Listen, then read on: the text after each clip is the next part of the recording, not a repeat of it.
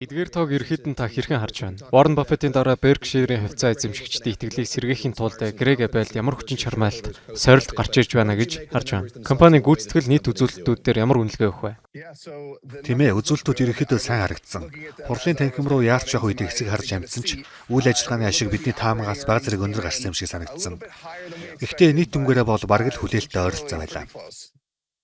Тэгэхээр цаашид Apple-ийн хамгийн том ажлуудын нэг нь Buffett-д үнэнч хөрөнгө оруулагчдын итгэлийг өөртөө татах байх.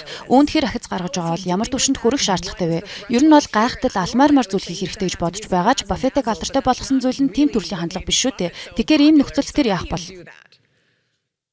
Тийм ээ, тийм гайхуулсан хэв маяг түүний арга барил биш байх. Тэр энэ албан тушаалтад ороод ойролцоогоор 100 хонож байна. Одоогор бол нэлээд сайн ажиллаж байгаа гэж бодож байна. Өчигдөр хувьцаа эзэмшигчдийн уулзалтын үеэр танхимд хүмүүсийн дунд явж мэнчилж байгааг нь харсан.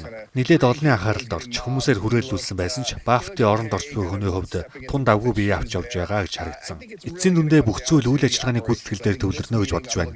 Энэ удаагийн уулзалтаар тэрээр үйл ажиллагаанд хэрэг үнцгий оролцож, юу хийж байгаа талаар илүү их хувьцаа эзэмшигчд сонсохыг хүсэж байна. Үнэн дээр Buffett оролцсон сүүлийн хэдэн уулзалтыг хэвчлэн өнгөрсөн үеийн тухай түүх дурсамж давмгайлсан байсан. Харин энэ удаагийн уулзалт илүү ирээдүйн рүү чиглэсэн том зургийг харуулах байх. Миний бодлоор хүмүүс яг үүнийг л харахыг хүсэж байна. Олон жилийн турш S&P 500 индексийг нэлээд зөрүүтэйгээр илүүрхэж ирсэн конгломерат компани тухай ярьж байна.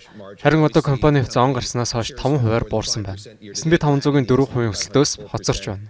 Greg Abel-ийн хувьд энд хэр том санаа зовох асуудал вэ? Компани угаасаа урт хугацааны хандлага баримталтгаараа онцлог. Гэхдээ ийм үзүүлэлт Berkshire-ийн хувьцааны эзэмшигчдийн дунд хэр хэмжээний бухимдал дарамтыг дагуулж байна. Миний бодлоор Apple-аас илүүтэй энэ асуудалд хувьцаа эзэмшигчдийн илүү санаа зовж байгаа. Apple ч тэр бүр Buffett ч гэсэн Berkshire хувьцааны богино хугацааны хэлбэлзэлд нэг их анхаарал хандуулдаг байсан гэж бодож байна.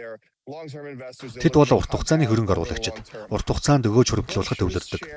Buffett ажиллаа өгнө гэдгээ зарлснаас хойш Berkshire-ийн хувьцаа S&P 500 гүйцэхгүй байгаа. Гэхдээ энэ мэдгэлээс хойш хувьцааны үн болон үнэлгээ түүхэн дээд түвшинд хүрээд байсан гэдгийг санах нь зүйтэй. Тиймээс үнэлгээний хувьд хамгийн тохиромжтой биш мөчид Buffett өөрийн шийдвэрээ зарласан гэж хэлж болно. Учир нь дараагаас нэм сул гүйцэтгэл ажиглагдаж байна шүү дээ.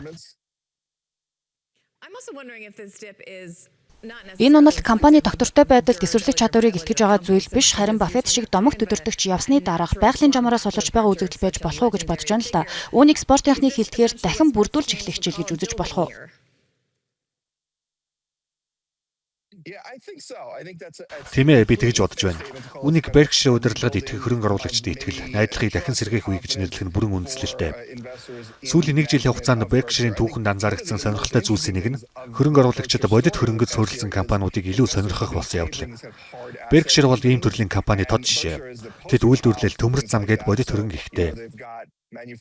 Ялангуяа химийн оюуны эрс өөрчлөлтийн энэ үед ийм төрлийн бизнесүүд рүү чиглэсэн урсгал нь нэлээд логиктой алхам мэт харагдаж байна. Гэхдээ үүнээс үл хамааран хувьцааны гүйцэтгэл сул байгаа нь ажиглагдсан. Таны хэлсэнчлэн Greg Abel-ийн хувьд гол нь зүгээр л үйл ажиллагаа сайн явуулах нь чухал.